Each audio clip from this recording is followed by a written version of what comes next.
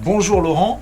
Laurent Edu, tu es le référent donc, au Charmy du BTS Comptabilité et Gestion des Organisations. C'est ça. Qu'est-ce que tu peux nous dire sur ce BTS? Alors, ce BTS est ouvert à tous les bacs.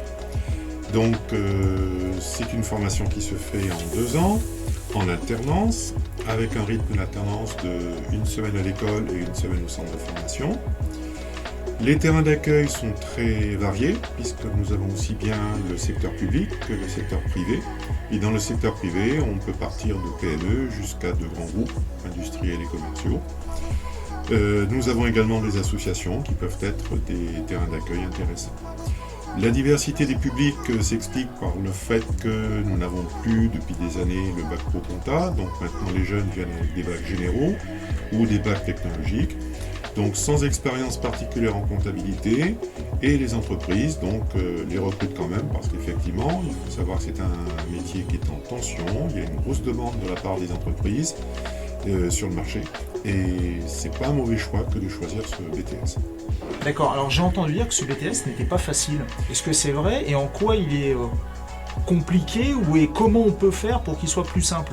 Alors, il est compliqué parce qu'effectivement, l'essentiel des matières porte sur la comptabilité, donc il faut avoir envie de travailler des chiffres toute la journée, parce que ça peut être parfois des journées de 8 heures à faire de la comptabilité, donc c'est pas simple pour un jeune.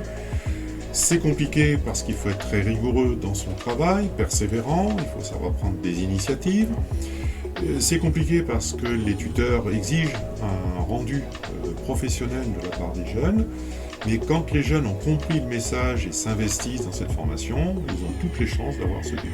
Donc ça veut dire que dans l'état d'esprit, déjà c'est peut-être le point de départ, on doit avoir quelqu'un qui est plutôt rigoureux, qui a envie d'apprendre, qui se remet en question et qui est dans cette configuration. Tout à fait. Et c'est surtout faire preuve d'humilité quand on travaille en compta, parce qu'il faut accepter de reconnaître son erreur, de retrouver son erreur, parce qu'il peut y avoir des conséquences très importantes sur le résultat de l'entreprise, et puis si on travaille dans un cabinet comptable, sur la production que l'on donne à un client.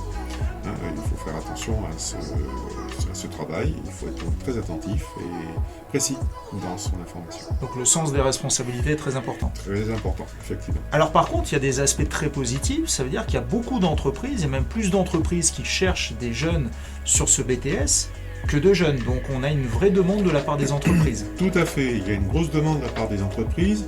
Alors, malgré le fait que ce soit un métier qui soit en train de s'informatiser de plus en plus, on va plus faire un rôle de conseil en tant que comptable, mais les entreprises ont besoin de ces jeunes. Le BTS Compta est toujours très apprécié. C'est une formation où effectivement les débouchés sont importants. Il ne faut pas que les jeunes aient peur, il faut se dire qu'en le choisissant, on ne fait pas un mauvais choix, mais que effectivement c'est compliqué. Alors il y a un aspect aussi qui est intéressant, puisque c'est comptabilité et gestion. Est-ce que tu peux nous parler un peu, focaliser sur l'aspect gestion, parce qu'il y a une notion de gestion d'entreprise, de stratégie vis-à-vis du dirigeant à ses côtés. Est-ce que tu peux nous en dire un peu plus? Voilà, alors c'est ce que j'ai expliqué tout à l'heure. Il y a 2 volets dans ce BTS. Il y a un premier volet qui est purement comptable, qui consiste à passer des écritures en tenant compte bien sûr des critères imposés par le plan comptable général. Et puis il y a une autre partie qui est en train de se développer de plus en plus maintenant, c'est ce qu'on appelle le contrôle de gestion. Et effectivement, les entreprises vont beaucoup plus maintenant vers le conseil, le contrôle de gestion, que vers la compta pure, qui est souvent maintenant digitalisée. Donc les jeunes ont une action de contrôle sur ce qui a été déjà saisi par l'ordinateur. Donc c'est très important parce que des erreurs peuvent apparaître malgré le fait que ce soit informatisé. Donc les jeunes sont là pour contrôler avec leur tuteur et tutrice. D'accord ? Mais de plus en plus maintenant on leur demande ce rôle de contrôle, ce rôle de gestionnaire. Donc ça veut dire que la digitalisation n'a pas tué le métier, mais qu'il faut s'adapter et monter en compétence, si je comprends bien. Voilà, donc elle n'a pas tué le métier, elle facilite le métier, mais il faut tout de même qu'il y ait quelqu'un qui ait des compétences en compta, qui puisse vérifier quand même ce qui a été saisi en amont par des clients ou par des banques, d'accord, pour pouvoir effectivement donner une réponse fiable en aval. Est-ce qu'on peut revenir plus précisément, pour les gens qui nous regardent aujourd'hui, sur le rythme de l'alternance au Charmy et les missions qui sont confiées aux jeunes? Alors le rythme d'alternance d'une semaine en entreprise, une semaine au centre de formation, plaît à certaines entreprises, y compris à certains cabinets comptables. Tout dépend en fait des missions qui sont confiées aux jeunes. Et c'est vrai que si ce sont des missions longues, le rythme d'une semaine est apprécié de la part des entreprises. Alors la difficulté porte sur les écritures de fin de mois, je pense notamment à la TVA, où les entreprises souvent sont gênées avec ce système d'une semaine entreprise, une semaine CFP, parce que selon je dirais la session où se trouve le jeune, première ou deuxième année, il sera ou non en fin de mois. Voilà, mais après c'est une question d'organisation de la part de l'entreprise et ça ne pose pas vraiment d'obstacle dans ce domaine-là. Alors les missions, comme tu en parlais tout à l'heure, les missions sont très diverses.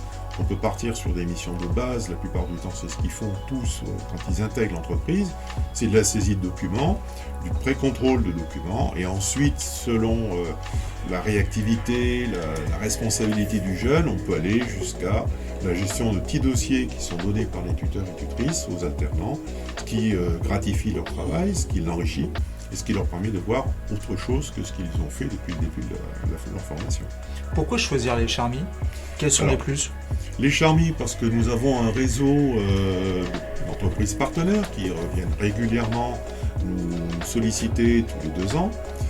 Ce sur quoi elles sont des fois un petit peu déçues, parce qu'elles aimeraient bien garder leurs jeunes dans leur entreprise, puisqu'elles l'ont formé pendant 2 ans, mais beaucoup de jeunes maintenant continuent derrière sur des formations à bac plus 3 ou 4 en compta, ou sur d'autres formations qui sont des formations parallèles. Voilà, donc il y a effectivement un réseau d'entreprises qui nous sollicite régulièrement chaque année. Il y a le fait aussi que l'équipe pédagogique en BTS Compta a une certaine expérience, qui fait que ça rassure également les candidats à l'alternance et les alternants. Et c'est un plus, je pense, pour le centre de formation d'avoir ce type d'équipe en son sein. Très bien. Et donc, on a bien compris, une vraie fidélisation, un vrai partenariat avec les entreprises depuis plusieurs années et une confiance qui est souvent réitérée. Oui, c'est ça. Alors, avec une particularité peut-être sur les grandes structures qui ont de plus en plus externalisé leur compta, et ce qui fait qu'elles ne reviennent pas fréquemment. On les retrouve peut-être tous les 3-4 ans, alors que certaines PME reviennent pratiquement tous les 2 ans. Hein, c'est un petit peu la remarque que je ferai sur les grandes structures, où les comptabilités sont délocalisées dans toute l'Europe et les jeunes, effectivement, sont moins sollicités à cause de ça. Donc beaucoup de PME locales. Et les PME locales, par contre, sont à privilégier, et ne pas oublier le secteur public qui, malgré le fait qu'ils aient une comptabilité publique, est tout à fait accepté par le référentiel. D'accord. Très bien, merci beaucoup Laurent.